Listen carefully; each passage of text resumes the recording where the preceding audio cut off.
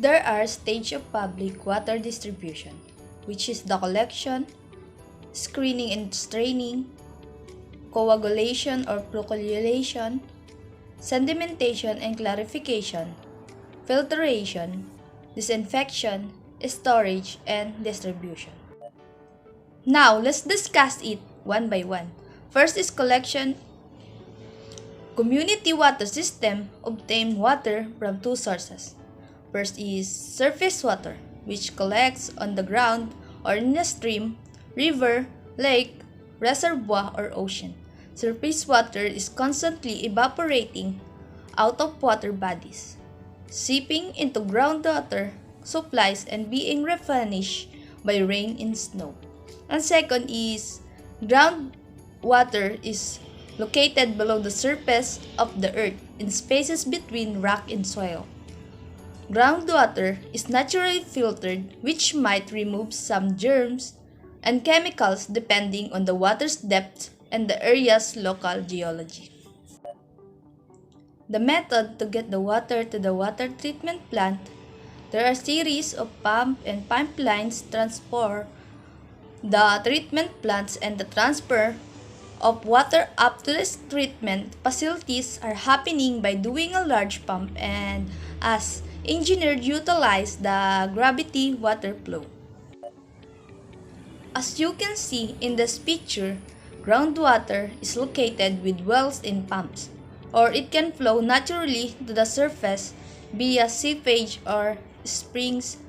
Groundwater can be thousands of years old, although typically it is extracted within years or decades after it originally moves underground through small openings within porous materials called aquifers. Next, in this picture, you can see how the surface water collected from lakes, reservoir, and others. Next stage of public water distribution is screening and straining. Most of surface water contains some object that makes the water dirty. The surface water sources like lakes, rivers, and reservoirs contain varying amount of suspended and dissolved materials under it. It may include some turbidity, color, taste, odor, and others that may affect people's health. Now, the importance of screening and straining is to screen and strain those larger items to make the water more clean and safe. So, to do this, the first process in conventional water treatment is to screen and strain those items. They are using a large or big metal called bar screen to process it. This placed in front of water sources intake. The larger items are trapped inside of this screen as the water passes through it. It must do routinely to rake and clean off the water. In this picture, you can see the bar screen that they use to perform the screening and straining to the water and trap the larger objects or items.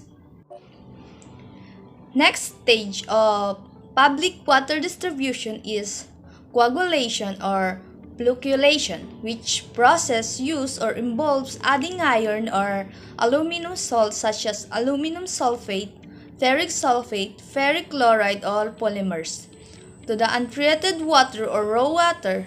This process causes the tiny particles of dirt present to stick together or coagulate when mixed in water, and then they create heavier particles from dirt called flux, which are easier to remove by setting or filtration. So, in this process, they use some chemicals to perform it. In this picture, to separate the dissolved and suspended particles from the water, coagulation and flocculation processes are used. Coagulation and flocculation is relatively simple and cost-effective, provided that chemicals are available and dosage is adapted to the water composition. So let's proceed. Sedimentation and clarification. As the water and block particles progress through the treatment process, they move into sedimentation tanks. Here, the water moves slowly, causing the heavy block particles to settle to the bottom. The block that collects at the bottom of the tank is called sludge and is piped to drying lagoons. Indirect filtration of the sedimentation step is not included, and the block is removed by filtration only.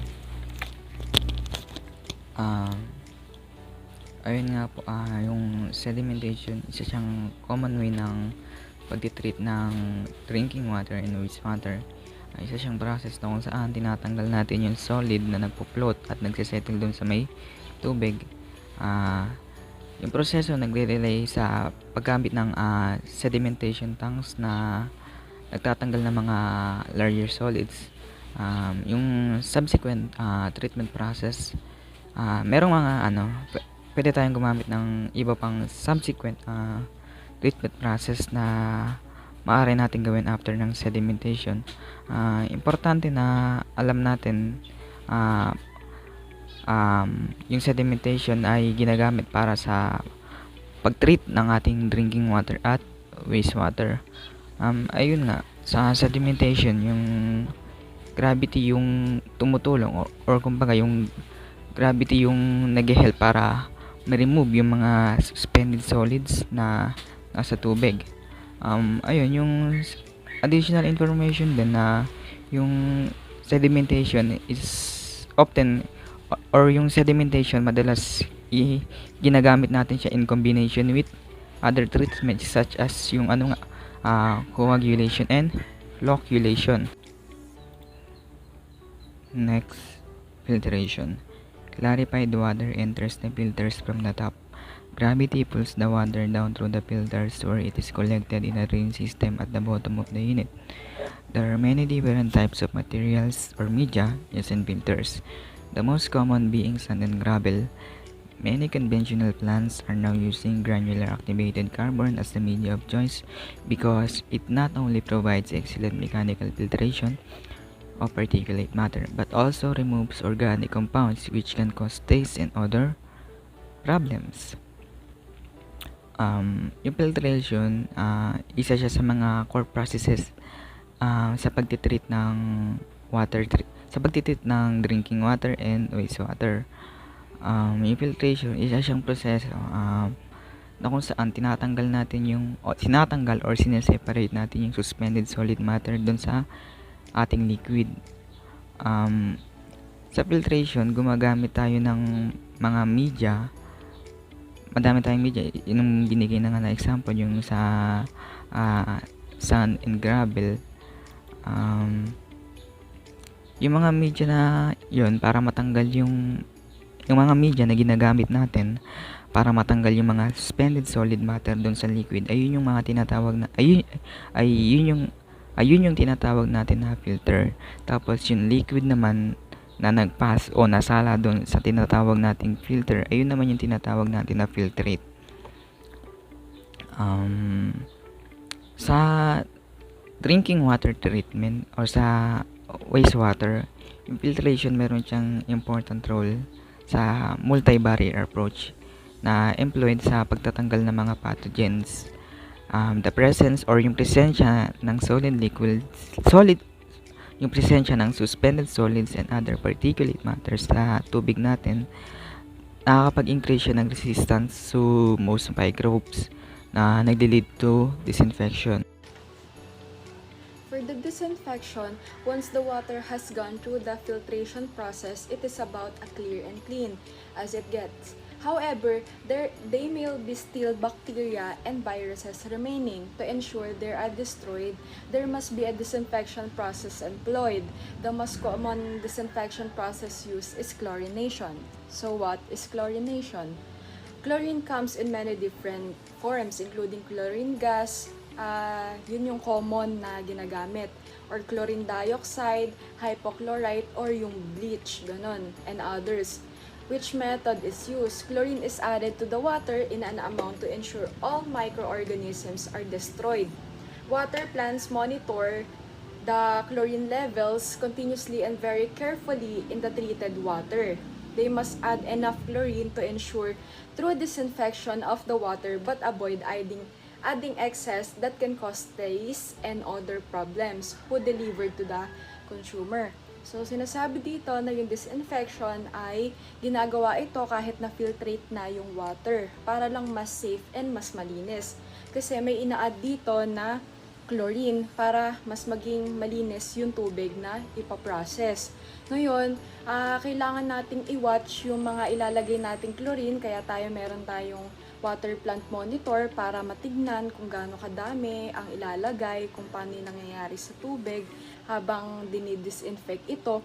Kasi pwedeng mag-cause ito ng odor or kaya ng bad taste sa tubig at yun yung iniiwasan nating mangyari. Next is storage. Once the disinfection process is complete, the water is stored.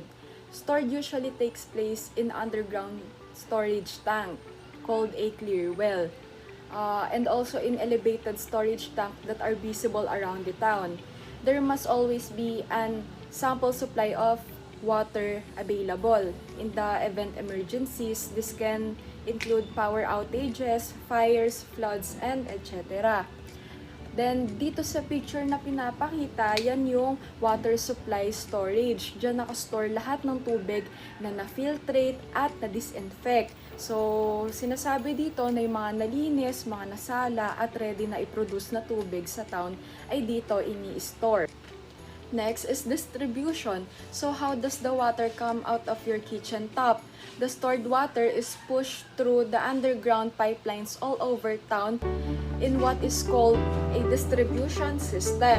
The distribution system consists of large water pumps at the treatment plant, overhead water storage tanks, large pipelines, fire hydrants, bulbs, and water meter in your front yard. So, sinasabi dito na yung distribution, yung mga na-store natin na water sa storage place na nasa underground ay malapit siya sa town. Diba, sabi kanina, malapit siya sa town para mas madidistribute mo yung tubig na nakastore doon. So, ayun, galing siya sa large pipe, dun dadaan yung mga tubig papunta sa mga bahay nyo para makapag-store kami or makapag-store ng mga tubig sa kitchen, sa CR, at sa kahit anumang lagusan ng mga tubig na maaari natin